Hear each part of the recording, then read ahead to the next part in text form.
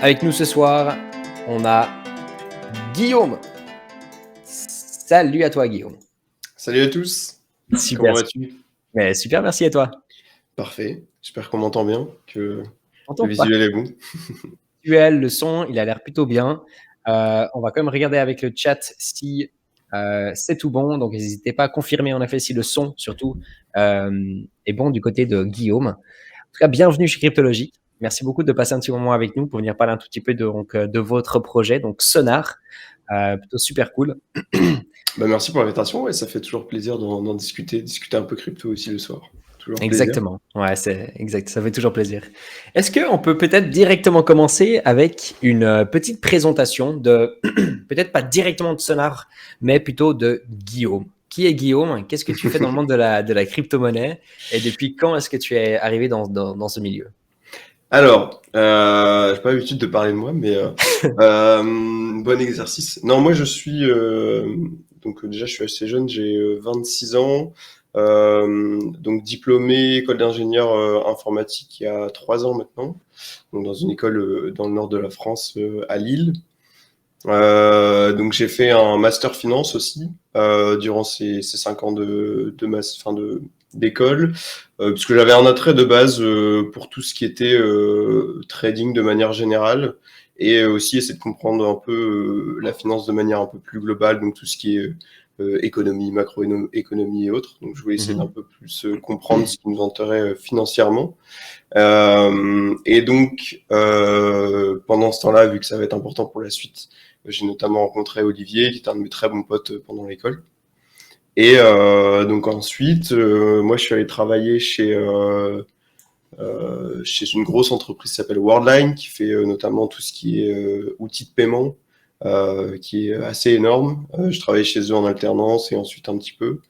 Et ensuite, je suis parti dans la finance, on va dire, marché financier pur, vu que actuellement je travaille pour une boîte qui développe en gros un outil de trading. Donc voilà, j'ai un autre métier aussi à côté, en plus du projet Sonar, enfin, qui est plus qu'un projet maintenant.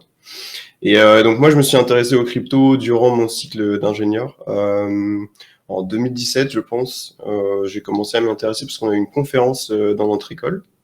Un mec qui est venu présenter le... Ouais, c'était assez cool, plutôt innovant à l'époque, enfin dans le sens où c'était connu, mais c'était pas forcément quelque chose qu'on présentait de manière un peu plus globale. Donc là, c'est un mec qui est venu parler du Bitcoin, de la solution et tout, et ça nous a pas mal intrigué sur le coup.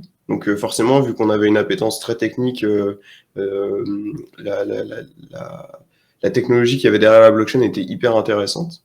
En plus, on faisait de la cryptographie, on avait des cours de cryptographie à l'époque. Et donc on a recherché un peu avec des potes, on a commencé à s'intéresser à la partie bien sûr financière au début. Donc on a acheté nos premières cryptos, on s'est amusé, on a fait nos premiers petits gains, vu qu'à l'époque c'était sur des petites sommes. Et de fil en aiguille, on a commencé à y aller de manière un peu plus importante, à essayer de regarder un peu plus en détail aussi ce qui existait comme blockchain. Donc bien sûr, on a entendu parler de Bitcoin au début, mais ensuite on en a découvert d'autres. Donc quand je dis on, c'est moi et Olivier et aussi d'autres personnes avec qui on était dans l'école, qui s'y intéressaient aussi. Et voilà, au fur et à mesure, on en a découvert un petit peu plus. Moi, j'ai même fait un master, mon mémoire de mon master était sur la blockchain, donc son utilité et ses potentiels. Donc, j'ai poussé le vice encore plus loin vu que j'en ai fait mon mémoire. Et voilà. Donc ensuite, donc Olivier et moi, on est un peu restés chacun de son côté. On a eu des boulots autres. J'avais toujours du coin de l'œil la crypto, forcément, vu que c'est de toute façon un monde qui m'intéressait vachement. Et ensuite, du coup, ensuite c'est l'histoire de Sonar, mais qui est une autre histoire. Donc voilà un peu pour l'histoire de Guillaume de manière générale. Magnifique, ah, c'est super ça. Et donc on va revenir un tout petit peu aussi dessus, donc pas avec Olivier, mais donc le projet Sonar aujourd'hui a été lancé finalement entre potes aussi quelque part. Hein, donc vous vous connaissez déjà de base. C'est pas on a été chercher des employés et puis on connaît pas spécialement les gens. Donc est-ce que tu veux peut-être aussi nous présenter donc qui est derrière Sonar, puis peut-être en même temps du coup qu'est-ce que c'est Sonar, puis quand ça a commencé. Donc, qui est derrière Sonar? Bah, c'est donc moi et Olivier, donc un de mes bah ouais, très bons potes du coup d'école, avec qui on est resté en contact encore après. On a même fait pas mal de projets ensemble durant nos écoles d'ingé, donc c'était aussi notre petit avantage quand on a bossé sur Sonar, c'est que on se connaît assez bien, on sait ce qu'on cherche, on sait ce dont on a besoin, les choses sur lesquelles on est bon l'un ou l'autre. Et donc en fait, comment est né Sonar? Donc c'est Olivier de son côté qui avait un peu de temps libre en plus de son taf et il a commencé à s'intéresser un peu à la DeFi. Donc d'abord sur Ethereum bien sûr, puisque c'est la référence. Et ensuite il a eu des petits soucis parce que Ethereum est très très cher, très coûteux en DeFi, à cause bien sûr des transactions. Donc en général c'est de la DeFi qui est fait pour des porte-monnaies assez gros.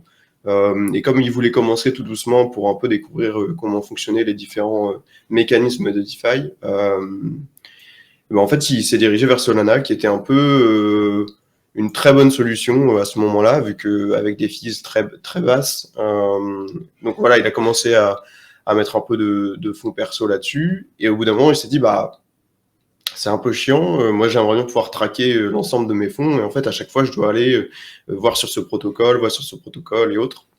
Et bien sûr, il connaissait Zapper à l'époque pour Ethereum. Donc, il s'est dit, bah, vu que je suis dev et que j'ai les capacités de le faire, que j'ai un peu de temps de dispo, pourquoi pas faire mon tool moi-même. Et comme ça, en plus, il sera fait comme moi je le veux, vu que c'était pour son utilisation perso aussi. Donc, il a développé ça en un petit mois, je pense. Il avait quelque chose de fonctionnel. Comme à l'époque, il n'y avait pas trop de protocoles. Donc, quand je dis protocole, c'est des projets de type Curve ou autres sur Ethereum, des protocoles qui s'étaient lancés sur Solana. Il n'y en avait pas tant que ça à l'époque. C'était un peu le début de la DeFi. Et du coup, il a pu faire ça en un mois. Il a supporté à peu près les protocoles principaux, on va dire, de la blockchain Solana. Et il a mis ça à dispo dans les Discord de Solana en faisant un tout petit peu de pub pour son tool, dans les communautés françaises aussi, ce qui nous a un peu aidé aussi à décoller. Et de fil en aiguille, bah, les gens ont adoré le tool, ont trouvé ça super clean. Donc il a continué à bosser dessus de plus en plus. Ensuite, il m'a appelé en renfort pour que je vienne l'aider pour pouvoir gérer toutes les autres aspects d'un projet, puisque bien sûr, il y a la partie dev, mais il y a tous les autres aspects aussi, donc tout ce qui est mise en relation avec les autres teams, la mise en avant du projet, la communication qui était, on va dire, pas inexistante à l'époque, mais voilà, c'était des petits tweets faits par-ci par-là, sans essayer d'y mettre vraiment un peu plus de professionnalisme, si on peut dire. Donc voilà, donc moi je l'ai rejoint. On a eu l'aide d'une troisième personne aussi qui nous a pas mal aidé pendant bah ouais presque l'année dernière. Ça fait bientôt un an que ça existe, donc ça a été lancé en avril 2021. Et donc voilà, depuis on y est à fond les ballons, en essayant de faire au mieux. Donc ouais, peut-être pour résumer un peu le tout d'ailleurs, parce que c'est vrai qu'on n'a pas trop expliquer ce que permettait l'outil SonarWatch. Donc SonarWatch en fait vous permet de traquer l'ensemble de vos fonds présents sur la DeFi Solana. Donc c'est un peu le zapper de Solana en quelque sorte. Voilà, on a essayé de faire ça d'une manière assez épurée. Il y a d'autres outils qui existent aussi sur la même blockchain, mais nous on essaye d'être épuré, on va dire, dans la partie visuelle, mais en fournissant aussi le plus de statistiques possible. Donc on va aller vous fournir tout ce qui est les rendements sur vos différentes positions, l'évolution des prix sur les différents tokens ou les assets que vous avez. Donc voilà, toutes ces choses-là qui vont vous permettre d'être assez efficaces, notamment pour aller chercher des positions plus intéressantes sur d'autres protocoles ou autres. Ouais, c'est super intéressant. Alors, est-ce que Zapper, après, alors on pourra peut-être regarder, est-ce que c'est de la concurrence ou pas? Mais aujourd'hui, je pense que c'est extrêmement important parce que c'est vrai que pour le DeFi, c'est pas super simple de pouvoir en effet vérifier tout ce qu'on a. Alors là, ce sera vraiment spécialisé pour Solana. Est-ce que par la suite, vous avez l'ambition d'aller peut-être plutôt cross-chain et puis d'aller en effet aussi sur d'autres réseaux, ou bien vous voulez vraiment vous focaliser avec Solana? Pour l'instant, on reste focalisé sur Solana. C'est une question qu'on nous pose souvent. Il y a une chose qu'on aime bien faire, c'est faire les choses on va dire, très propres. Et le gros risque en fait de partir cross-chain, c'est de se perdre un peu dans la qualité. Donc nous on a un focus depuis le début qu'on a lancé SonarWatch, c'est d'être le plus précis possible dans les protocoles qu'on traque. Parce qu'en fait dès qu'il y a un nouveau protocole qui sort sur Solana, il faut être assez réactif en fait, parce que souvent qui dit nouveau protocole dit nouvelles opportunités, donc avec des APR, enfin des rendements qui sont plus élevés que d'autres des fois au lancement. Et donc forcément, si un nouveau protocole sort et qui fait un peu carton sur l'écosystème, il faut être capable de le traquer assez rapidement pour éviter que les gens en fait ne voient pas leur fonds quand ils vont sur leur dashboard. C'est une des fonctionnalités les plus évidentes d'un dashboard et qui est au final le plus dur parce qu'il faut être hyper réactif en fait. Donc il faut de un être très bon parce que des fois il y a des protocoles qui prennent plus de temps à être intégrés, et de deux il faut être très réactif. Et pour faire ça, c'est impossible de le faire, enfin c'est quasiment impossible de le faire si tu le fais sur 3, 4, 5, 10 chaînes différentes en fait. Donc jusqu'ici, on a été je trouve, très bon sur cette partie-là pour être le plus accurate possible. Et on l'a bien fait sur Solana. Si on commence à le faire sur d'autres chains, on va un peu se perdre et on va perdre en fait en qualité. Et c'est pas trop ce qu'on veut pour le moment. Surtout que la team est encore petite, donc on n'a pas forcément les ressources pour s'éparpiller. Déjà qu'on a un travail monstrueux encore à faire pour l'outil actuel et qu'on a plein d'idées pour l'améliorer. Donc non, pour l'instant c'est pas prévu. On est en discussion avec bien sûr des outils qui sont beaucoup plus gros, des outils qui sont cross-chain, et il y a potentiellement des possibilités qu'on devienne fournisseur de données pour ces projets-là, mais il n'y a rien de fait encore, donc c'est plus en discussion pour le moment. Mais voilà, pour l'instant, pas de cross-chain prévu, pas cette année en tout cas. Ok, super intéressant. Et pour rebondir rapidement sur ce que tu viens de dire là en rapport avec les autres plateformes ou les autres wallets qui vont proposer ce genre de service, quelle est finalement l'utilité en tant que soit utilisateur ou en tant qu'investisseur plus tard de SonarWatch? Finalement, le travail que vous allez avoir, est-ce que c'est de l'intégration, c'est des partenariats, des collaborations que vous allez avoir ensemble, ou est-ce... Ouais, en gros, donc là, le gros focus, on va dire, de l'année 2022, ça va être... donc, nous, on fait deux types de ce qu'on appelle intégration. Donc, on a une intégration classique où on vient juste, en fait... donc, si vous êtes un utilisateur lambda, on vient juste voir si vous avez des fonds dans un certain protocole. Et on fait ça pour une liste de protocoles qui sont tous les protocoles existants sur Solana. Et en fait, le niveau suivant, c'est pas seulement traquer les fonds que vous avez sur un protocole, mais c'est vous permettre d'en ajouter si vous voulez, ou d'en mettre directement d'ailleurs. Donc moi, ce que j'ai comme vision pour SonarWatch et qu'on a avec Olivier, c'est en fait un outil à la base, avec lequel vous pouvez littéralement faire tout ce que vous pouvez faire sur la DeFi actuellement sur Solana. Donc en fait, vous arrivez sur Sonar, vous voyez les meilleures opportunités possibles, vous en choisissez une, vous mettez vos fonds à travers Sonar dans ce protocole-là, et ensuite ça se reflète sur votre dashboard. Donc ça, ce serait vraiment on va dire le goal ultime pour l'outil. On a encore beaucoup d'étapes avant d'arriver là, mais ce serait un peu le goal. Et oui, je vois dans le chat Hepboard, gros concurrent. Hepboard, ils font du super travail. Ah oui. Eux sont cross-chain, donc ils ont énormément de chaînes différentes. En plus, avec une DA assez drôle, qui est plutôt sympa. Donc, ils font du très bon travail. On a pas mal réagi avec eux de temps en temps sur Twitter. Donc, on a on va dire une concurrence très saine avec ce dashboard-là. Mais encore une fois, je trouve qu'il y a vraiment deux sections différentes. Il y a les sections donc dashboard cross-chain et les dashboards qui sont spécifiques une chaîne, parce qu'on va venir avoir un peu plus de granularité en fait sur des dashboards qui sont focus sur une seule chaîne. Ouais, tout à fait exact. Ouais. Ok, super intéressant. Bon, alors aujourd'hui, vous êtes que deux, donc vous n'êtes pas une équipe de 10 personnes qui peuvent avancer extrêmement vite. Quel est un petit peu le business model derrière SonarWatch? Et puis, je précise de nouveau SonarWatch parce que c'est vrai qu'alors il y a Sonar, parce que je l'ai dit en fait au tout début avant que tu arrives aussi, et j'ai pas précisé SonarWatch. Peut-être que juste avant, tu peux nous expliquer pourquoi SonarWatch et pas Sonar. Alors ça, enfin peut-être demander à Olivier. Et il trouvait que ça sonnait bien, je pense, SonarWatch. Et c'était en lien forcément, souvent quand tu fais on va dire un nouveau projet sur une blockchain, tu as tendance à récupérer un peu les codes de la blockchain en l'occurrence. Donc il y avait Solana, on a l'idée du sonar qui vient un peu cartographier toutes tes positions. Donc il y avait aussi cette image-là. Et Watch, parce que au moins ça faisait un sonar.watch, je pense. Donc faudrait que je te redemande à Olivier exactement pourquoi il a choisi ce nom. Mais, quelle est l'histoire derrière? Ouais, quelle est l'histoire complète. Mais oui, on précise SonarWatch parce que en fait, on a découvert qu'il y avait un autre projet qui arrivait après nous et qui a été créé sur la BSC qui s'appelle Sonar. Et donc souvent il y a des confusions en fait à ce niveau-là. Donc on préfère préciser que c'est SonarWatch, et même la DA maintenant est plus centrée sur SonarWatch. Donc pour ça qu'on fait la petite précision. Ok, magnifique. Et donc, en tant qu'utilisateur, est-ce que SonarWatch, c'est payant? Est-ce qu'on peut l'utiliser gratuitement? Et si c'est gratuit, quel est finalement votre business model? Comment est-ce que vous pouvez tourner en tant que boîte par la suite? Alors, très très bonne question. Donc oui, pour le moment, SonarWatch est gratuit. En fait, il est gratuit, on va dire en partie, mais il y a une chose qu'on voulait pas faire, c'est en fait limiter vachement les fonctionnalités sous forme de paiement, en fait, enfin sous couvert d'un abonnement ou quoi que ce soit Ouais. ou autre forme de paiement. Comme en général, on a l'habitude pour des dashboards d'être complètement gratuits.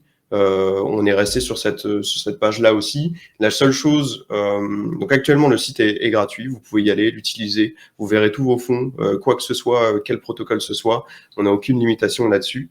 Et en fait, là où ça va devenir entre guillemets payant, mais c'est même pas vraiment payant, c'est qu'en fait on a apporté ce qu'on appelle des pro features, donc des fonctionnalités qui sont un peu plus premium, qui vont aller toucher un peu plus des utilisateurs un peu plus experts. Donc je parlais tout à l'heure de différentes statistiques qu'on peut vous proposer. C'est pas forcément présent sur les dashboards. Il y a des dashboards qui font ça de manière très simple. Donc Zapper par exemple le fait très simplement. On va juste vous afficher vos positions, le montant de vos positions, et on va pas aller plus loin. Nous, on va aller beaucoup plus loin. On va vous montrer donc les rendements de vos positions actuelles, ce qui est important pour savoir si vous êtes toujours sur des positions qui sont intéressantes. La quantité aussi de tokens qui composent vos positions. Donc voilà, on va proposer des stats bien plus fournis. Et en fait, du coup, les features qu'on appelle Premium ou Pro sont ces features-là, en fait. Donc par exemple, vous allez avoir des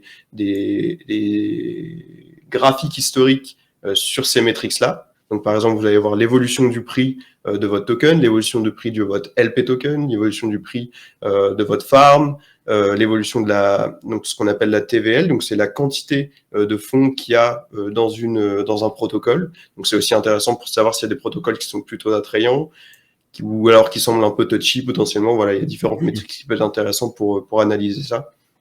Donc nous, on va en fait essayer c'est un peu le but, donc derrière le token qu'on a sorti, c'est donc le token en fait vous permet de débloquer ces features premium, et on va en fait venir ajouter régulièrement des nouvelles features sur ce pro, ce système-là en fait. Donc, mais on veut toujours garder, ça ce sera jusqu'à la fin je pense, le tracking de base en fait sera toujours disponible et sera gratuit. Ok, magnifique. Et aujourd'hui, donc, vous êtes basé en France. Est-ce que la majorité de vos clients sont des Français ou est-ce que l'application est également disponible en anglais, typiquement? Alors, elle l'est en anglais, justement. On a tout fait en anglais parce que le monde crypto, en général, si tu te lances en français, tu loupes une grande partie de la planète, donc c'est pas le mieux. Donc non, on est parti on va dire sur le principe que tout le monde comprend à peu près les mots basiques en anglais pour la DeFi, parce qu'il y a des mots qui sont très spécifiques, mais tout le monde les connaît à peu près. Donc le site est en anglais, et d'ailleurs on a, en termes d'utilisateurs, on a certes beaucoup de Français, mais on a des gens qui viennent d'un peu partout. On a beaucoup d'Indonésiens, beaucoup de personnes qui viennent d'Asie. D'ailleurs, on voit que la DeFi est beaucoup utilisée dans les pays asiatiques. On a aussi des gens des États-Unis, bien sûr. Enfin bref, on a un peu de tout. Donc pour l'instant, on reste sur un anglais, comme ça tout le monde le comprend et tout le monde peut le comprendre. Bon, les investisseurs de Solana sont un petit peu partout dans le monde aujourd'hui, je crois. Ils ont pu avoir un petit peu leur place aussi sur le marché, ça c'est clair. Ouais. Je voulais aussi poser la question, pourquoi est-ce que vous avez décidé de construire ça sur Solana, puis pas par exemple Avalanche, Elrond, Cardano ou Binance Smart Chain ou le Polygon? Pourquoi vous avez décidé Solana aujourd'hui? Alors je pense que du coup ça c'est plus le choix d'Olivier, vu que moi je suis arrivé un tout petit peu après qu'il ait mis en place son tool. Et de base, je pense que c'est juste que il en a entendu parler, comme tu peux entendre parler au final toute autre chaîne, et il s'est dit pourquoi pas tenter l'aventure. Enfin, en gros de base, il pensait juste faire un petit tool en un mois et ensuite un peu basta. Donc il s'attendait pas forcément à que ça prenne une telle ampleur, surtout que Solana a explosé aussi en parallèle, donc on a un peu bénéficié en fait de cet enchaînement. Et du coup, Solana a été choisi au début parce qu'Olivier en a entendu parler. Souvent, en général, c'est via Twitter, il découvre certaines blockchains ou autres. Donc, il a essayé, il a trouvé ça sympa, il a trouvé la techno était pas mal. Le fait que les fees soient très très basses aussi, c'est hyper intéressant. Enfin, nous, on aime bien le fait que du coup, ce soit ouvert à tout type d'investisseurs, qu'on ait $10 en poche ou $1000 en poche, en fait, tu peux déjà commencer la DeFi avec des montants aussi petits sur Solana. Donc, je trouve que c'est une très bonne manière d'ouvrir la DeFi à beaucoup plus de monde et d'aller essayer de choper un peu plus de personnes et de leur faire découvrir ce monde-là. Donc, c'est la raison pour laquelle on est de base allé sur Solana. Et la raison pour laquelle on y est resté, c'est tout simplement que ça a hyper bien marché et on se voyait pas quitter Solana en plein milieu de l'aventure et aller sur d'autres blockchains. Donc voilà, on est content. Hein, je t'avoue, jusqu'ici, la réussite est plutôt bonne. Donc on croise les doigts pour que ça reste comme ça encore. Ouais, il y a un gros écosystème, une grosse communauté derrière Solana aujourd'hui encore, hein, clairement. Alors c'est vrai qu'il y a eu un petit problématique il n'y a pas si longtemps avec à peu près, je crois, 300 millions de dollars qui a été résolu grâce à des investisseurs quelque part externes. Mais en dehors de ça, c'est vrai que il y a une très grosse communauté, donc vraiment beaucoup de clients à aller chercher. Et donc l'utilité du wallet va être très importante. Il y a une question ici, le seuil de 50 sonars pour la version complète va rester à 50? Alors pour l'instant, oui, ça restera à 50. On a une grande discussion avec nos utilisateurs justement récemment. On a fait un petit sondage pour essayer de voir aussi. On essaye vraiment de souvent tâter le terrain un peu en amont pour les décisions qu'on prend, parce que depuis le début, en fait, toutes les décisions qu'on a prises sont community-based, comme on dit. Donc vraiment, c'est drive par la communauté de manière générale, et c'est comme ça qu'on a réussi à faire un tool qui est assez chouette. Et du coup, le seuil des 50 sonars, donc c'est le nombre de tokens sonar dont vous avez besoin pour obtenir le statut qu'on appelle pro, et qui donne accès du coup à ces features pro. Il va pas bouger pour le moment. Là, notre objectif, c'est plus de fournir plus de fonctionnalités dans ce plan qu'on appelle pro, avant de potentiellement augmenter le seuil. Parce que même si on sait que les 50 sonars d'aujourd'hui n'avaient pas la même valeur que les 50 sonars d'il y a 2 ou 3 mois, en fait, on veut pas juste augmenter le seuil sans qu'il y ait aucun ajout de valeur en fait dans ce plan-là. Donc voilà, on a des petites choses qui vont arriver. On travaille sur l'intégration d'un swap en ce moment. Qui vont aussi d'ailleurs donner potentiellement des réductions. Enfin, le fait de détenir en fait le token Sonar va donner des réductions sur les fees sur le swap. Donc voilà, il y a des petites choses qu'on veut d'abord ajouter à ce plan-là avant d'augmenter le seuil des 50 Sonar. Ok, très intéressant. Si on peut parler un tout petit peu du coup du prix de Sonar, de là derrière, quelle est finalement la token economics derrière votre projet? Du coup, le principe est principalement autour de ce fait de débloquer des features premium. Il y a encore, je pense, parce que oui, pour préciser aussi, c'est notre premier projet crypto avec Olivier. Donc on est encore jeune et il y a encore des choses qu'on peut améliorer.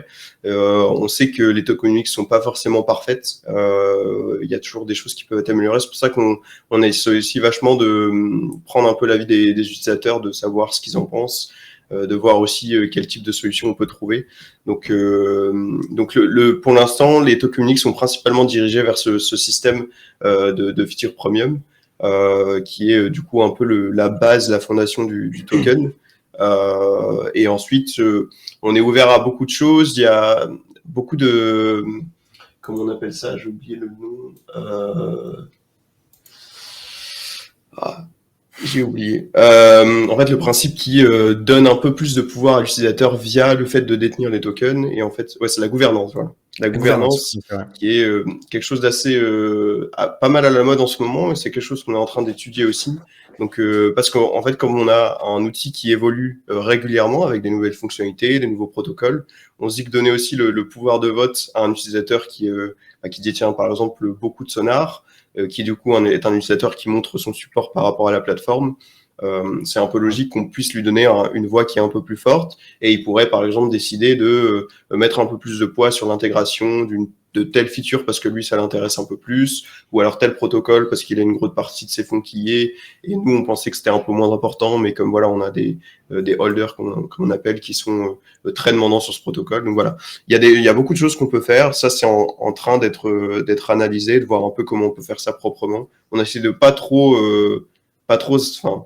rush les prises de décision parce que on veut faire ça aussi bien.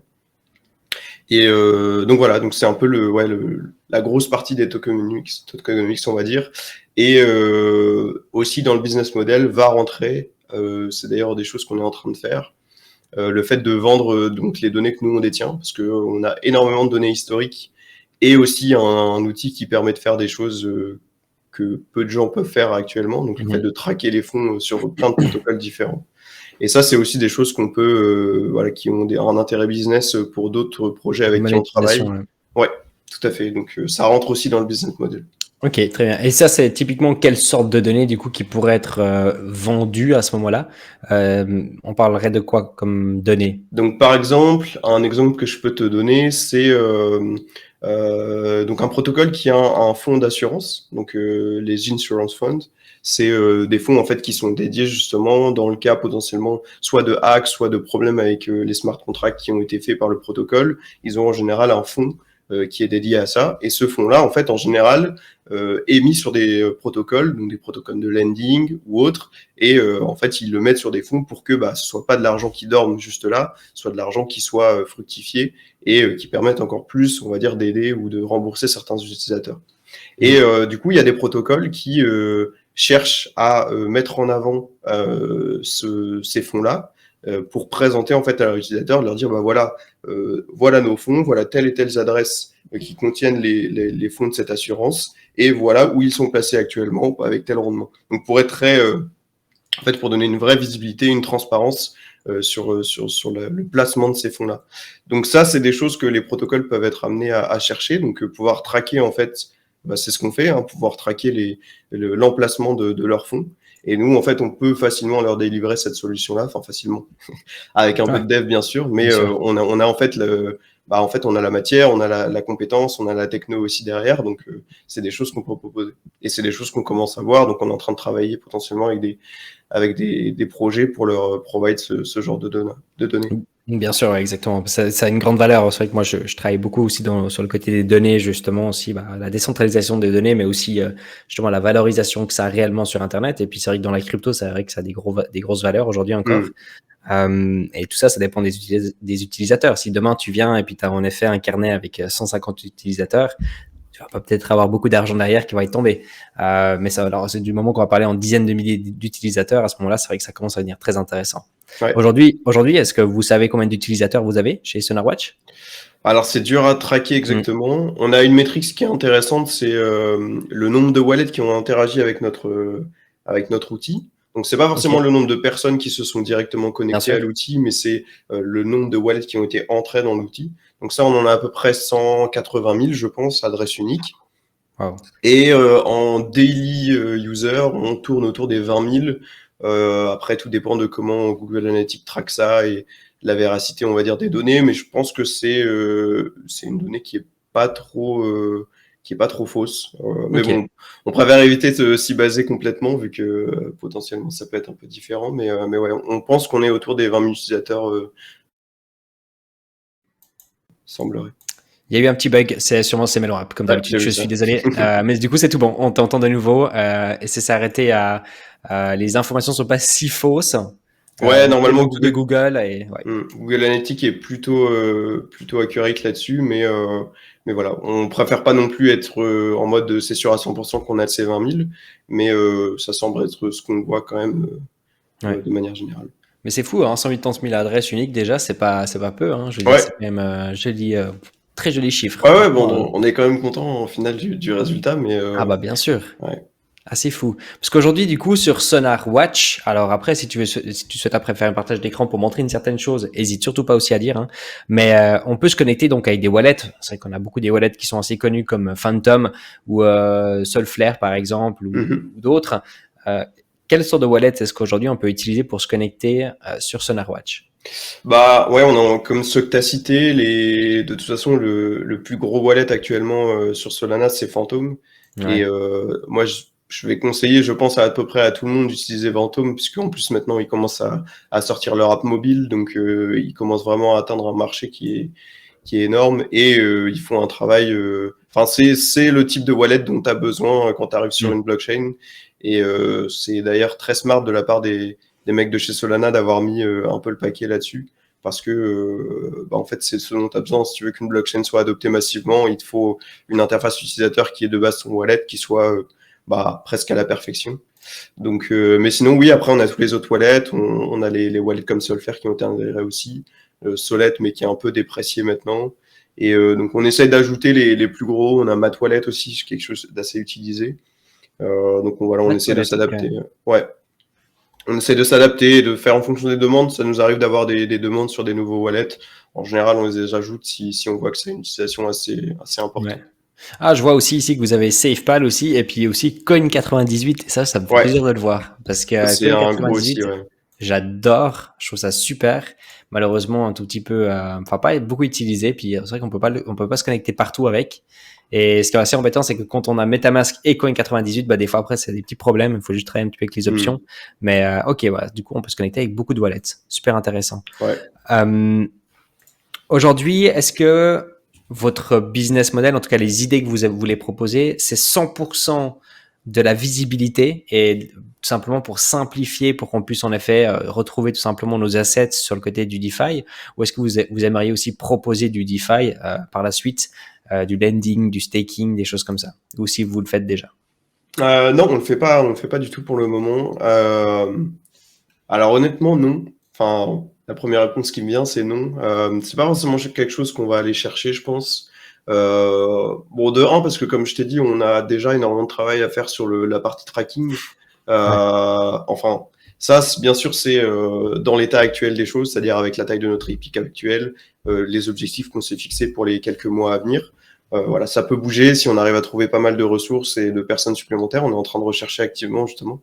Donc, s'il y a des développeurs français dans le chat, n'hésitez pas à m'envoyer vos CV si besoin. On Euh, en cherche partout, c'est quelque chose, ah c'est ouais, hallucinant. ouais. Ah, ils sont Bon, demandés, hein. ouais, c'est dur à trouver et c'est dur on essaie de trouver des personnes qui sont assez motivées aussi, qui ont une Bien petite sûr. connaissance, mais pas forcément une connaissance énorme des cryptos, mais donc voilà, c'est pas facile à trouver. Mais donc qu'est-ce que je disais je me suis perdu dans Lié mes à, du coup, bah, je suis resté sur le développeur, pardon. sur le tracking des assets, c'est ça ce que tu disais Oui, juste, tu étais sur le tracking. Donc non, ah oui non, c'est est-ce qu'on allait développer du farming ou du staking sur le site? Donc non, c'est pas prévu. On va rester sur du tracking pur. Et je pense on a un jeu à jouer sur potentiellement le proposer en tant que fournisseur pour d'autres projets. Je pense que c'est là où on va pouvoir pas mal se développer aussi. On le voit, et là il y a de la demande de plus en plus. Et Mhm. l'avantage, c'est que on est en contact avec quasiment tous les projets existants enfin, une grande majeure partie des projets existants sur Sur Solana. Donc, Solana, on a un peu ouais, cette position de favoritisme par bien rapport sûr. au projet où, du coup, si à un moment ils se demandent, bah tiens, j'ai besoin de traquer tel ou tel truc, bah logiquement, ils vont potentiellement se tourner vers nous. Parce Donc, que du coup, en fait, ça peut aller extrêmement vite aussi pour vous. En fait, si, enfin, j'ai réfléchi un petit peu peut-être loin, mais si demain, par exemple, il y a un projet, puis je pense typiquement bah, à SolaJump. SolaJump, c'est un projet dont les NFT, puis ils sont sur la blockchain de Solana. Ils vont peut-être aussi aller en cross-chain, mais en tout cas, de base, c'était 100% focus sur Solana. Ils ont aujourd'hui des dizaines de milliers de wallets différents, si je me trompe pas, en tout cas de leurs utilisateurs qui ont aussi minté des NFT, puis qui participent dans leur gamification de leur jeu. Si demain, par exemple, pour X raisons, pour ces utilisateurs là-bas, en tout cas, c'est intéressant de pouvoir intégrer ça sur leur wallet, all-in-one, sur lesquels ils ont aussi d'autres assets justement sur Solana, bah en fait, c'est tout simplement à vous d'aller chercher en fait ces projets-là, de présenter le wallet et de faire en sorte que ce projet-là puisse finalement mettre en avant SonarWatch. Ça, c'est un petit peu votre travail aussi aujourd'hui, ou est-ce que vous êtes encore un petit peu plus focalisé pour l'instant quand même sur le développement, puis vous attendez avant d'avoir trop d'utilisateurs? bah, on veut quand même garder un peu cette partie un peu premium de notre site à nous. Donc le but n'est pas non plus tu sais, de siphonner, de retirer tous les utilisateurs de chez nous pour qu'ils retrouvent le même outil autre part, parce Mmh. on fait quand même on a quand même un outil qui est de qualité. On réfléchit énormément justement sur tout ce qui est UI, UX du site de manière générale pour qu'il soit propre. Donc le but est pas forcément d'aller chercher à tout prix des projets qui le font, mais on va potentiellement chercher de la visibilité. Donc ça, c'est hyper important, montrer que SonarWatch est présent et qui peut proposer aussi ce type de service. Donc le service d'aller proposer un service un peu externe à d'autres projets. Donc en général, on va pas forcément démarcher nous-mêmes les projets, c'est plus l'inverse, parce que, bah, comme je t'ai dit, on a quand même encore beaucoup de choses à faire sur le site, à l'intérieur du site. Donc en général, c'est plus des projets qui vont nous approcher et on voit si on a la possibilité, la technique et le temps de faire ce, enfin, développer ce dont ils ont besoin, sans que ça nous coûte, enfin sans que ça nous prenne trop de temps aussi, parce que c'est aussi important. Bien Et sûr. en général, c'est comme ça qu'on choisit ou non. Mais pour l'instant, non, on fait pas trop de démarchage, si je puis dire. Mais c'est vrai que je pense que on peut presque avoir une utilité pour tout le monde, vu que on peut fournir des données sur les prix, on peut fournir des données sur les wallets, on peut fournir des données sur même des protocoles au final. Donc voilà, on a beaucoup d'infos. La seule question, c'est comment on les utilise, à qui on les provide et ce qu'on en fait, quoi. Ouais, tout à fait, exactement. Je fais une petite parenthèse très rapide il y a Cartel qui a partagé tous les liens dans le chat, donc n'hésitez pas à mettre point d'exclamation Sonar. Et puis vous avez le Twitter, le site internet, le Discord et également leur Medium qui sort dans les liens. Donc n'hésitez pas à aller faire un petit tour aussi, ça soutient énormément. Sans mettre de l'argent, vous pouvez tout simplement, grâce à un clic, finalement, participer aussi au projet. Donc, ça soutient plutôt pas mal. Et puis, pour les personnes qui vont nous écouter sur YouTube, il y a également tous les liens qui seront dans la description. Donc, n'hésitez pas à aller faire un petit tour aussi, juste en dessous. Je vais refaire ma petite pub, mais même Yes. si vous connaissez des développeurs dans votre entourage, même des personnes qui sont encore en école, hein, nous, on aime bien aller chercher des personnes qui ont un début d'appétence pour la technique, le dev et autres. Donc voilà, si vous connaissez des gens qui pourraient être intéressés, qui sont un peu intéressés par la crypto, qui pourraient être intéressés pour bosser, pas forcément en temps plein, vu qu'en tant qu'étudiant, forcément, vous avez Bien d'autres sûr. choses à faire aussi. Mais voilà, on cherche quel langage. Ça va être du back-end principalement. Donc Node.js en grande partie. Et voilà, après tout, si vous connaissez le Rust pour Solana, c'est du plus. Si vous connaissez déjà les cryptos, c'est du plus. Mais voilà, donc pour tout CV envoyé, vous pouvez aller sur le Discord directement et m'envoyer un message. Vous cherchez une personne en France ou bien ça peut être une personne aussi à l'extérieur? Ah, ça peut être à l'étranger, c'est plus simple s'il est français, et c'est plus simple s'il est sur les mêmes time zones que nous, pour des questions forcément d'être au même moment où on est en train de travailler, parce que du coup, il faudra qu'on le forme au début, donc c'est quand même plus simple s'il est sur les mêmes time zones. Mais voilà, donc après, back-end, le terme tellement vague. Oui, mais on cherche vraiment quelqu'un qui est doué là-dedans. Donc oui, il y a beaucoup de choses à faire sur le back-end, mais oui, si ça vous parle, n'hésitez pas. Ouais, et puis de toute façon, après, vous allez pouvoir sûrement avoir une discussion avec une personne et puis aller un petit peu plus dans les détails justement de ce que vous recherchez exactement. Ouais. Mais de toute façon, il faut avoir de la passion, ça c'est clair et net. Quand on travaille pour des projets crypto en général, il faut déjà avoir cette petite passion quand même pour la crypto-monnaie, je trouve. Puis après, les langages sont une des choses les plus importantes, ça je pense. SafeBlock, du coup, je réagis à ton message. J'ai juste appris les bases de Python, mais je connais pas mal en crypto, ça peut aller. En vrai, oui, pourquoi pas. Nous, on est en général très ouvert à tout ce qui est discussion autour de ça. Donc, si tu sens que ça peut t'intéresser et que tu serais chaud pour peut-être nous aider, envoie-nous un petit CV ou un petit message. Bien sûr, on verra. On a déjà fait quelques tests avec certains candidats, donc faut quand même qu'on fasse un petit filtre, on va dire. Mais tente ta chance. En vrai, ça peut arriver qu'on tombe sur quelqu'un qui semble hyper motivé et qu'on le sent bien. Donc SafeBlock, il est à peu près entre 10 à 12 heures par jour sur son ordinateur dans la crypto. Je le vois actif comme pas possible. Je pense qu'il est plus actif que moi, c'est un truc de fou. Donc, je pense que la passion, lui ou elle, c'est clair qu'il l'a. En vrai, c'est un gros plus. Des fois, on se dit, même si la personne n'est pas forcément au top techniquement, s'il a l'appétence sur tout ce qui est technologie de blockchain, crypto et autres, c'est déjà un plus en fait, parce qu'on va vous parler de termes techniques en crypto que vous allez rapidement comprendre et vous serez pas trop perdu. Alors que quelqu'un qui n'y connaît rien en crypto, là, on va peut-être plus chercher quelqu'un qui est très bon en tech, parce que du coup, il sera bon sur la tech, mais il faudra lui expliquer les concepts de DeFi derrière. Bien sûr, exactement. Voilà, en tout cas, vous savez ce que vous devez faire. Vous avez tous les liens juste en dessus, donc n'hésitez pas à aller faire un petit tour. Magnifique, c'est top. Je voulais revenir vite fait sur aussi Olivier. Donc Olivier, lui, il s'occupe de tout ce qui est du côté du tech. On est d'accord aujourd'hui. Ouais. C'est lui qui développe toute l'infrastructure. Donc est-ce qu'il fait aussi tout le design? Ouais, c'est il fait, ok. génie. Ouais. Il fait tout le site globalement. Moi, je suis pas dev sur le projet. Enfin, j'en fais un petit peu, mais vraiment très léger. C'est lui qui a fait la grosse partie. Donc ouais, c'est lui qui est derrière tout ça, quoi. Tout ce que vous voyez, tout ce qui est front, tout ce qui est back, c'est lui qui gère. Incroyable ça, c'est complètement fou.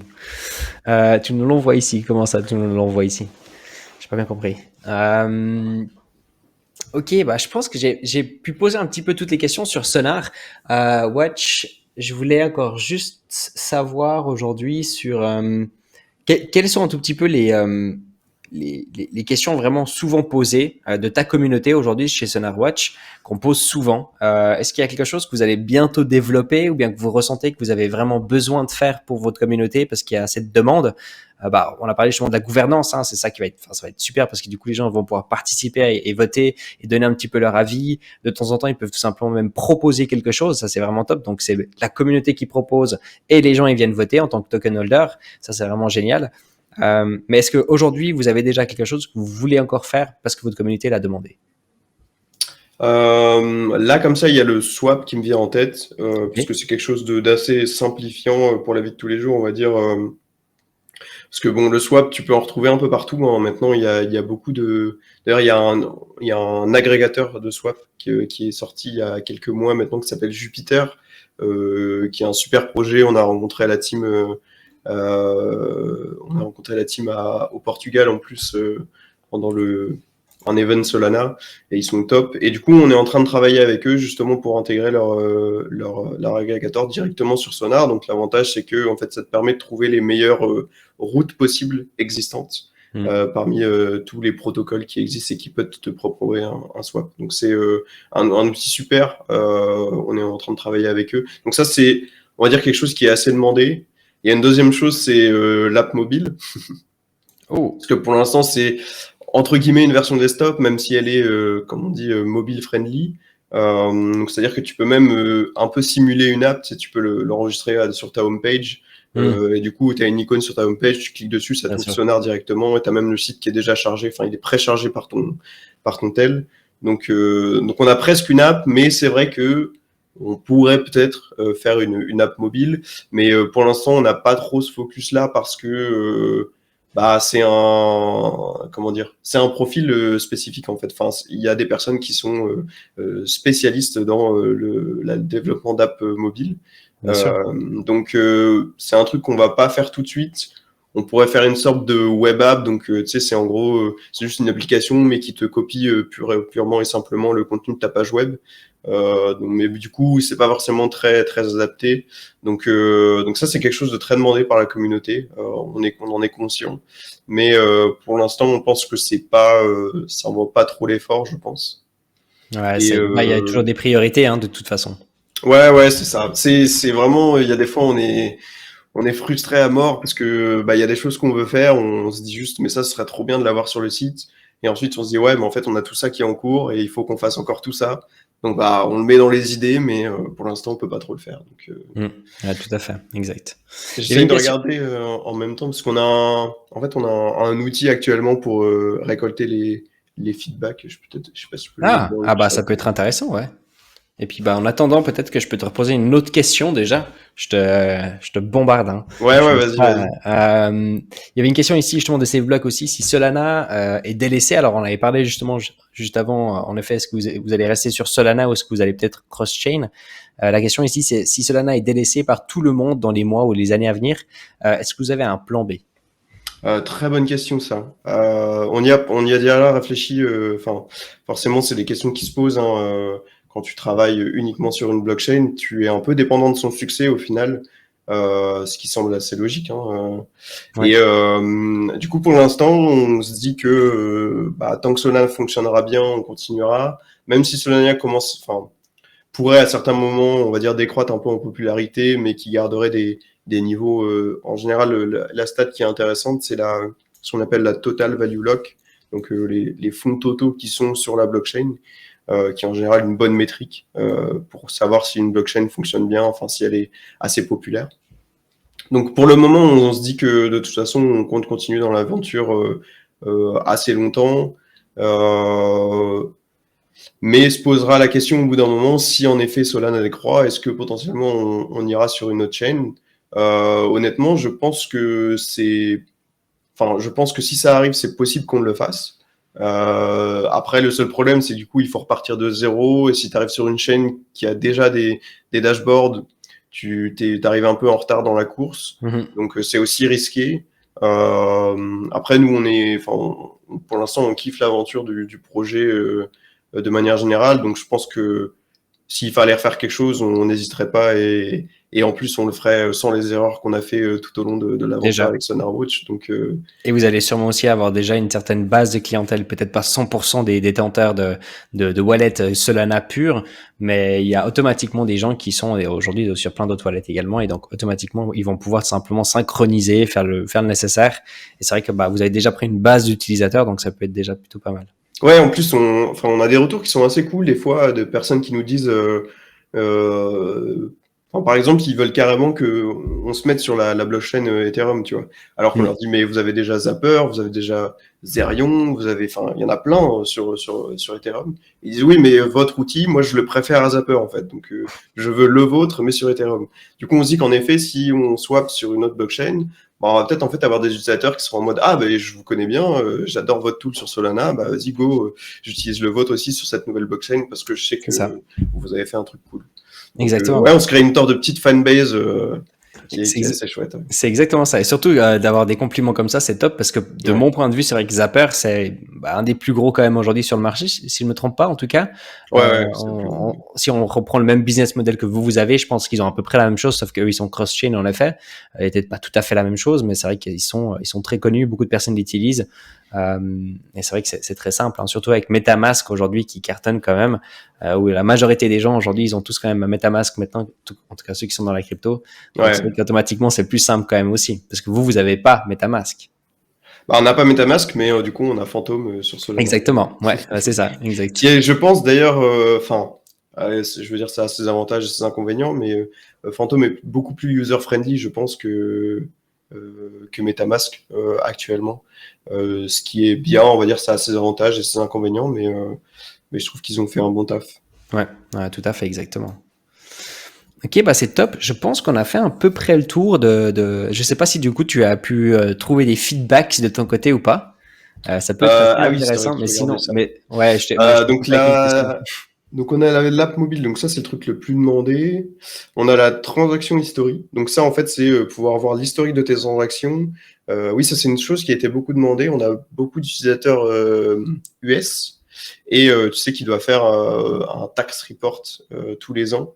C'est beaucoup plus cadré que ce que nous on fait en Europe ou en France. Et du coup, en fait, à une certaine période, on a eu un nombre énorme de demandes d'utilisateurs américains qui étaient en mode est-ce que vous allez développer en fait un transaction history et en plus de ça donc comment on peut appeler ça en français un rapport de taxe, je sais pas si c'est la bonne traduction, mais le but étant de en fait d'avoir une sorte de très bonne visibilité sur tes transactions, puisque actuellement avec les outils de tout ce qui est Explorer et autres, tu sais pas trop ce qui se passe, tu vois une transaction, mais tu sais pas trop avec quel protocole ça interagit, qu'est-ce qui s'est passé exactement. Même des fois, des achats de tokens purs et durs sont pas forcément très lisibles. Et en fait, eux, leur besoin, c'était donc d'avoir un truc où tu as ligne par ligne, donc des lignes comptables classiques, et tu as une ligne qui te dit, j'ai donné autant, récupéré autant, mis autant sur tel protocole, récupéré autant sur tel protocole, et à la fin, du coup, du coup, l'État américain peut lire ça de manière lisable, tout simplement. Ouais, tout donc, ça, c'est quelque chose qui a été fortement demandé, mais il faut des compétences au final un peu pas juridique mais financière, mais du coup liée à l'imposition, aux taxes et autres. La comptabilité, la comptabilité, ouais, exactement. Ouais, tout à fait. C'est vrai que alors, de toute façon, on va avoir besoin de pouvoir le faire. On a fait déclarer même nos revenus sur le DeFi. Aujourd'hui, il y a très peu de personnes qui le font. Il y a des gens qui le font déjà, mais pas tout le monde. Et c'est vrai que de toute façon, plus tard, quand ça va être bien, de mieux en mieux contrôlé, il va falloir qu'on déclare en effet le maximum. Donc, si on peut simplifier, en tout cas, ça au maximum pour les utilisateurs.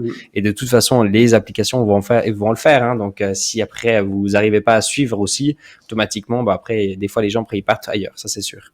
Ouais. On a vu qu'au final, le mieux, c'est peut-être parce que du coup, on a discuté avec des petites équipes qui essayent de faire ça, mais un peu de leur côté, en mode, ils font juste un tool qui est dédié à ça. Et nous, on le voit plus de cette manière-là, peut-être une collaboration avec un tool qui serait fait par une autre équipe, et potentiellement, on incorpore ça dans Sonar, comme ça, t'es un peu redirigé, ou alors on te le génère automatiquement. Donc voilà, il y a plusieurs choses qu'on peut faire. Donc ça a été un truc pas mal demandé. Ensuite, j'ai quoi Oui, avoir une, tu sais, un peu comme je sais pas si tu utilises l'appli Delta. Je connais, mais je l'utilise pas, non. Tu n'utilises Je suis pas, pas, non, je suis qui pas un est utilisateur. plutôt bien fait pour te montrer un peu tes PNL de manière, on va dire, assez précise, plus ou moins. Et ça, c'est quelque chose qui a été pas mal demandé aussi, parce qu'actuellement, en fait, on te permet de voir, donc, entre guillemets, l'évolution de ta balance de ton portefeuille total, mais on peut pas trop te dire actuellement, pour tel token, tu es entré à tel prix, et le prix est actuel est de autant, donc on sait que tu as un PNL de autant, tu vois. Donc PNL, Profit and Loss, pour ceux qui ont pas le terme. Donc, c'est en fait te montrer tes gains et tes pertes directement sur chaque position. Donc ça, c'est un gros taf parce qu'en fait, il faut que tu ailles récupérer les informations dans les transactions passées. Il faut vérifier quand est-ce qu'il est entré en position, le prix à ce moment-là, faire la différence. Et s'il a rajouté des fonds entre-temps, c'est un calcul qui est différent. Enfin bref, il y a plein de leviers, de choses différentes à faire. Mais en effet, ce serait un énorme bonus sur la plateforme parce que là, tu aurais vraiment une analyse de tes performances pures, quoi. Donc, Ouais, c'est vrai, ça. Ce serait assez hallucinant, ça, en tout cas. ouais, là, si on a ça, on a un tool Ouais. qui est vraiment hyper puissant parce que je pense pas qu'il y ait des dashboards qui fassent ça actuellement. Non, Et je ne pour connais la pas. bonne raison que, en fait, c'est hyper dur à faire. Et si tu veux le faire bien, surtout, c'est vraiment très très dur parce qu'en fait, faut gérer un nombre de cas qui est énorme et des trucs qui sont assez compliqués des fois. Ok. Il y a aussi une question ici, encore une dernière, moi je l'ai pas très bien compris, je crois. Vous avez un outil pour DL des archives de nos placements à conserver en cas de blackout ou autre problème, pour éviter de devoir prendre Ah, des notes perso tout le temps, je veux dire. prendre des notes personnes tout le temps, je veux dire. Blackout ou autre problème. Ah oui, je vois ce que tu veux dire. Alors oui, on a ça. Alors donc oui, tu peux tout à fait faire ça. Bah, c'est trop bien parce qu'on a l'outil. Donc en fait, justement dans le plan pro, donc qui nécessite de détenir minimum 50 sonars dans son portefeuille. D'ailleurs, c'est détenir 50 sonars, mais vous pouvez aussi les placer sur les farms et les pools de l'écosystème. On les prend aussi en compte. Donc Ah, vous pouvez faire fructifier entre guillemets vos sonars et ce sera quand même pris en compte. Donc voilà, on a mis ça aussi en place parce que c'était quand même plus sympa de pouvoir les utiliser autre part et de pas juste être bloqué avec les tokens. Donc oui, tu peux faire ça. Donc je peux peut-être vous le montrer d'ailleurs. ah bah, parfait. Euh, alors, Magnifique, ça. juste préparer mon. Fais seulement. Donc c'est un truc qu'on a mis en place avec la V2 parce que de base on avait une V1 et la V2 est sortie en novembre dernier. Alors où est-ce que je peux partager ici? Yes. Understand. On va faire la window. Hop. Je vérifie que j'ai rien de. Ouais, c'est toujours bien de vérifier avant de partager. On sait jamais. Ouais, tout ça c'est bon. Ok. Donc normalement là vous voyez. Oui, on voit parfaitement. Vous voyez voir. Ok. Je vais zoomer un peu. Donc ça c'est d'ailleurs l'appli se présente de cette manière-là. Donc on a les différentes sections de DeFi. Donc là c'est juste les tokens qui sont détenus. Donc ça c'est assez basique. Et donc ce dont je vous parlais la fois dernière, c'est en fait on a des graphes en fait sur un jour, une semaine, un mois, un an, qui permet de voir l'évolution du token.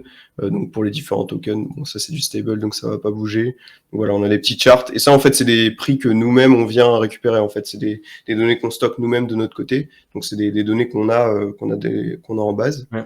Ok, intéressant. Donc ça on le fait pour tous les tokens. Ça vous prend beaucoup de place d'ailleurs aussi, le stockage. Ça va, on optimise pas mal en fait, on garde pas la même granularité tu vois, en fait, au bout d'un moment, on supprime des informations parce que, par exemple, en un mois, t'as pas besoin de voir chaque minute entre 2 mois. Enfin, je sais pas si c'est clair, Ouais. mais en fait, sur un jour, bah, tu as envie de voir de manière un peu plus précise, mais sur un mois, t'as pas forcément envie d'avoir tous les points pour chaque minute. Tu vois, si tu as Tout à fait. un point toutes les heures, c'est limite suffisant.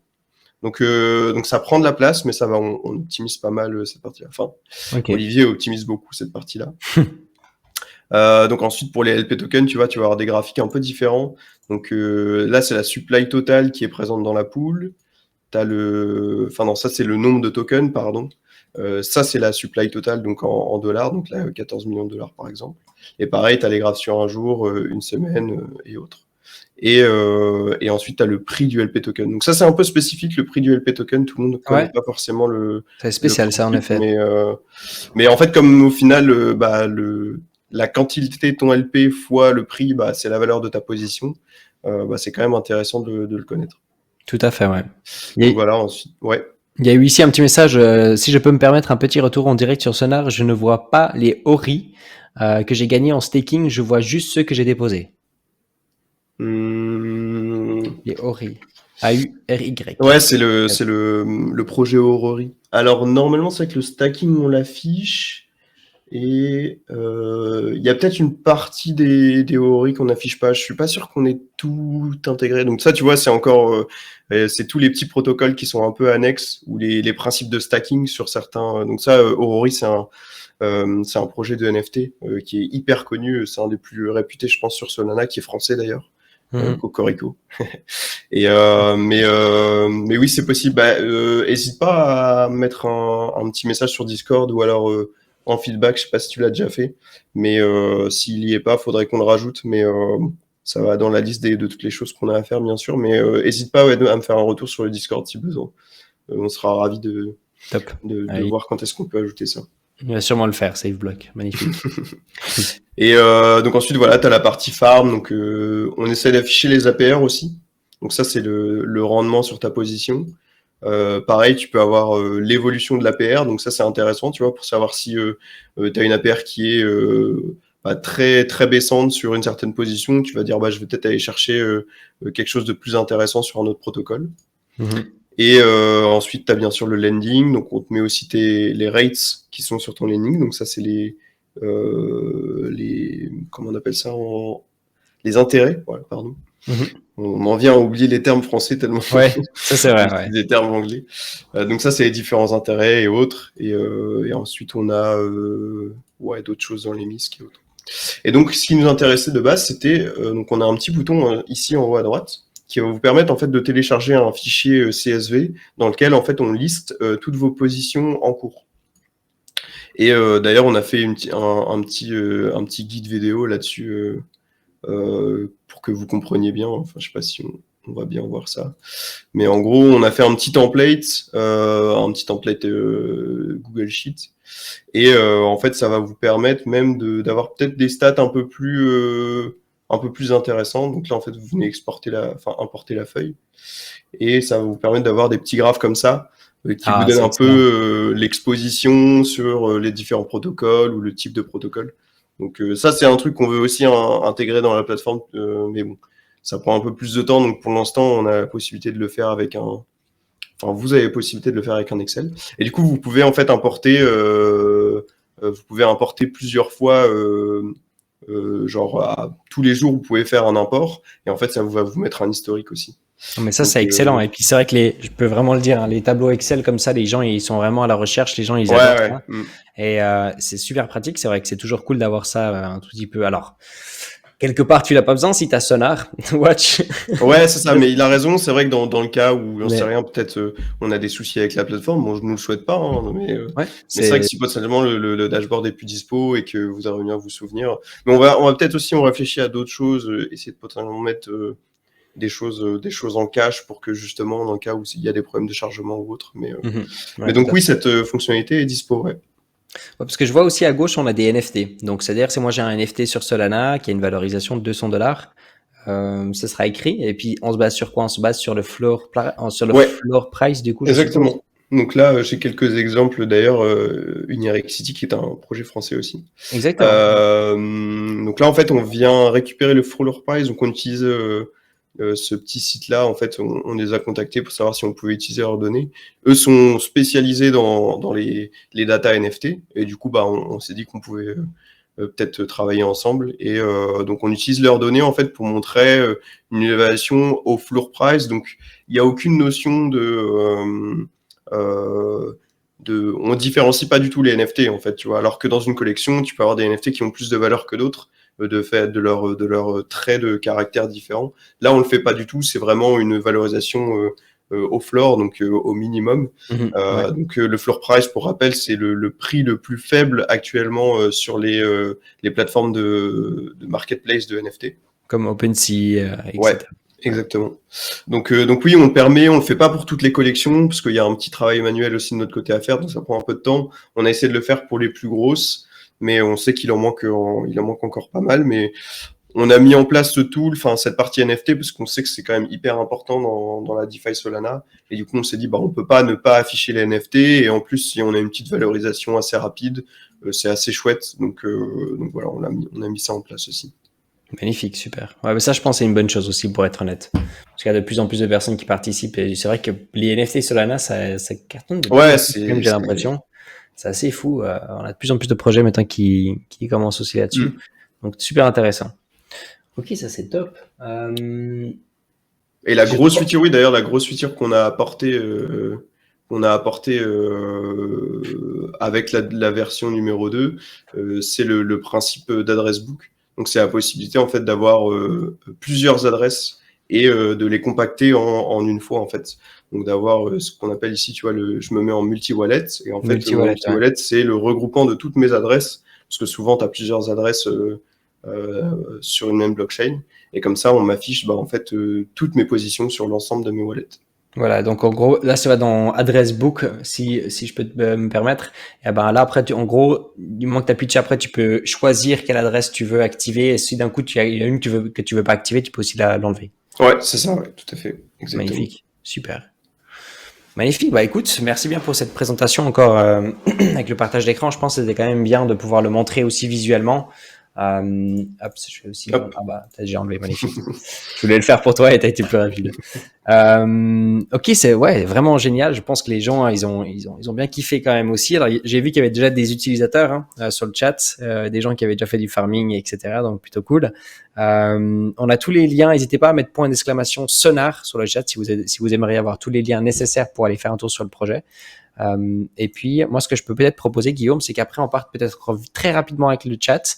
On regarde s'il y a peut-être encore 2-3 petites questions avant de finaliser. Et puis, naturellement, si d'un coup, j'ai oublié quelque chose que tu penses qu'il pourrait être assez important de discuter ou bien de mettre en avance de SonarWatch, n'hésite surtout pas. Peut-être qu'il y a une question qui était vraiment importante que j'ai pas posée, typiquement, et tu penses qu'il faut vraiment que les gens y sachent. Donc, sinon, n'hésite pas aussi à rajouter encore quelque chose. Ok. Je vois une question intéressante. Ça va me Bien permettre sûr. de rebondir sur un sujet. Est-ce que vous prévoyez de mettre en place EPNS? Donc ça, je connais pas. Ethereum Push Notification Service pour suivre toutes ces positions et potentiellement même des alertes en cas de dump. Alors, pas cette technologie-là spécifiquement, mais il faut savoir que parmi nos partenaires, donc on a fait une levée de fonds l'année dernière, et parmi ceux-là, il y a Parsiq, donc P-A-R-S-I-Q, qui fait notamment en fait On adore Parsec ici. ah bah super, bah, du coup vous connaissez, qui donc fait aussi des services de notification, et donc on a pas mal discuté avec eux, et ce qu'on aimerait bien mettre en place justement, c'est donc ce principe de notification dans un premier temps potentiellement sur des positions en ce qu'on appelle leverage yield farming, donc des positions avec du leverage. Et en fait, proche de la liquidation, on enverrait peut-être une notification sur n'importe quel type de messagerie que vous préférez. Ouais. Et ça, ce serait fait peut-être en collaboration avec eux. Et comme ça, en fait, vous êtes informé que vous avez une liquidation qui est très proche. Nous, on peut le savoir parce que potentiellement, on traque votre wallet ou autre. Et comme ça, vous recevez une notification, vous pouvez checker, et ensuite, vous pouvez potentiellement ajouter des fonds si vous êtes trop proche de la liquidation, ou quitter votre position si besoin. Enfin, voilà. Donc, c'est une chose qu'on aimerait bien faire, parmi les 10 000 choses qu'on aimerait bien faire. Mais en tout cas, ouais, eux, c'est un partenaire, donc c'est sûr que c'était une de nos propositions et une des choses qu'on a en tête depuis un moment. Ouais, on trouve que ce serait une bonne valeur ajoutée, je pense. Je suis assez d'accord, ouais. C'est vrai qu'en fait, on a CryptoVector qui nous fait donc toutes les analyses, avec qui tu étais aussi en relation avant qu'on se parle pour la première fois, qui nous vient tous les mardis soirs, et puis il vient nous justement parler aussi un tout petit peu de Parsec, de Compte Network. Mais Parsec, voilà, du moment qu'il y a des nouveaux partenariats, c'est tous les mardis qu'il vient les présenter. Donc du coup, bah, on va pouvoir annoncer Sonar et Parsec. Donc du coup, bientôt quand il y aura les notifications, c'est cool. Mais c'est vrai que Parsec, c'est fou, hein. Ils font beaucoup d'intégration, il y a beaucoup de choses plutôt assez cool. C'est pratique typiquement avec Telegram pour avoir quelques petites notifications pour rien du moment qu'on fait une transaction, pour des pour des wallets qui sont en multi-sig, des choses comme ça. C'est vrai que c'est plutôt cool. Donc c'est cool. Mais ça me fait super plaisir d'entendre que tu parles de Parsec. C'est vrai qu'il n'y a pas tout le monde qui connaît Parsec aujourd'hui. C'est un petit peu comme ça dans le shadow, j'ai l'impression. Ouais, c'est vrai, ouais. Bah, même nous, quand on a été mis en contact avec eux au début, on connaissait, enfin, de nom, tu vois, on connaissait la crypto qui était liée, mais on savait pas forcément, on n'avait pas trop cherché ce qu'ils faisaient de base. Et du coup, ils nous ont présenté un peu leur projet et tout, on a discuté, on s'est bien entendu, donc ils nous ont aidé à se lancer aussi, donc ouais, on est Magnifique ça. content d'être avec eux. Ah, tu m'étonnes, c'est clair. Super cool. Petite parenthèse, merci beaucoup à toi Del Crypto, merci bien pour ton message. Super pour ton 8e mois d'abonnement. Super cool de ta part. Alors, je regarde juste ici encore une petite dernière question du chat qui est liée à Sonar Watch naturellement. Avant... Non, je crois qu'on a fait un petit peu le tour. Est-ce que toi, de ton côté, Guillaume, tu penses qu'il y a quelque chose que tu voudrais encore rajouter alors, je vais encore pouvoir le redire encore une fois, vu qu'on est en live, puis il y a toujours des gens qui arrivent puis qui repartent. Pour avoir les liens, n'hésitez pas à mettre point d'exclamation Sonar, S-O-N-A-R, et puis vous avez tous les liens nécessaires pour pouvoir aller avoir plus d'informations justement sur le projet. Si vous voulez aller poser des questions, je suppose que c'est plutôt sur le Discord. Là, vous êtes plutôt actif aujourd'hui, ou est-ce que vous avez plutôt un Telegram où vous êtes plus actif? Non, on est plus actif Discord, ouais. Je sais que la communauté crypto, en général, est assez active Telegram, sur ouais. Telegram, ouais.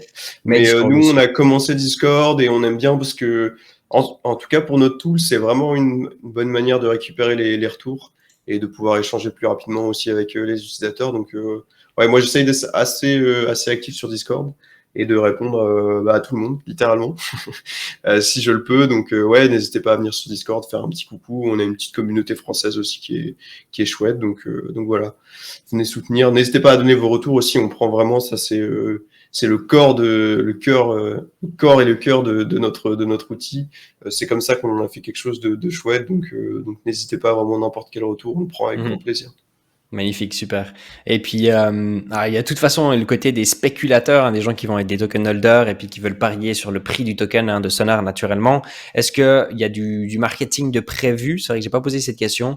Est-ce qu'il y a un petit peu de marketing de prévu pour 2022? Et puis, est-ce qu'il y a cette possibilité, on va dire, que pour les investisseurs de Sonar, il y ait plus d'avantages, on va dire. Je peux pas te demander si oui ou non le token va prendre de la valeur, bien sûr, mais est-ce que vous allez travailler un tout petit peu sur le marketing, de la visibilité, des choses comme ça? Ouais, donc c'est deux choses dont moi je vais m'occuper en 2022 en tout cas, c'est donc mettre Sonar plus en avant. Donc pour l'instant, on est plutôt pas mal en termes de visibilité sur, on va dire, l'écosystème Solana. SonarWatch est en général un nom qui revient, on va dire, assez régulièrement, qui est conseillé. Mais j'aimerais bien aller un peu plus loin, faire en sorte que même toutes les nouvelles personnes qui sont sur Solana presque le découvrent via SonarWatch. Donc ça va s'accompagner forcément de mise en avant auprès de médias. Je suis en discussion avec quelques médias pour essayer de trouver une petite place pour SonarWatch et qu'on ait quelques visibilités supplémentaires. Aussi en discussion avec une team qui s'appelle Super Team DAO et qui fait de la génération de contenu justement de manière un peu comment dire, un peu collaborative. Donc ouais, il y a des choses on essaye, on va essayer de mettre tout ça en place. C'est aussi nouveau pour nous, donc on apprend tous les jours, on apprend des nouvelles choses. On essaie de le faire au mieux. Et donc le marketing, oui, c'est sûr, il va y en avoir en 2022. Donc juste mettre Sonar un peu plus en avant, faire en sorte que ce soit connu. Et les fonctionnalités, oui, aussi. On n'oublie pas forcément les holders, les personnes qui sont là depuis le début. Donc ça va se faire par le biais de nouvelles fonctionnalités qui seront dans les différents, enfin dans le tool et d'autres choses qui vont être ajoutées aussi. Donc ouais, on n'oublie pas nos holders favoris, même si forcément c'est impossible de vraiment gérer le cours d'un token. Ça va dépendre de à quel point il y a de spéculation dessus ou non. Nous, on sait qu'on n'est pas les plus bruyants sur les réseaux sociaux, mais en tout cas, on sait qu'on délivre en termes de spec et de développement. Donc, je pense que c'est aussi le principal quand on juge un projet. Tout à fait. Donc voilà. Mais on les oublie pas. On vous oublie pas, on vous assure. Magnifique, super. Ok, top, magnifique. Moi, en tout cas, je me réjouis de voir dans à peu près 3, 6 mois, 9 mois, 12 mois d'ici, un tout petit peu l'avancement justement de SonarWatch, alors même que vous avez déjà un produit, franchement, depuis le temps que vous avez commencé, avec autant peu de personnes dans l'équipe, pour être honnête, un grand bravo pour ce que vous avez réussi déjà à accomplir.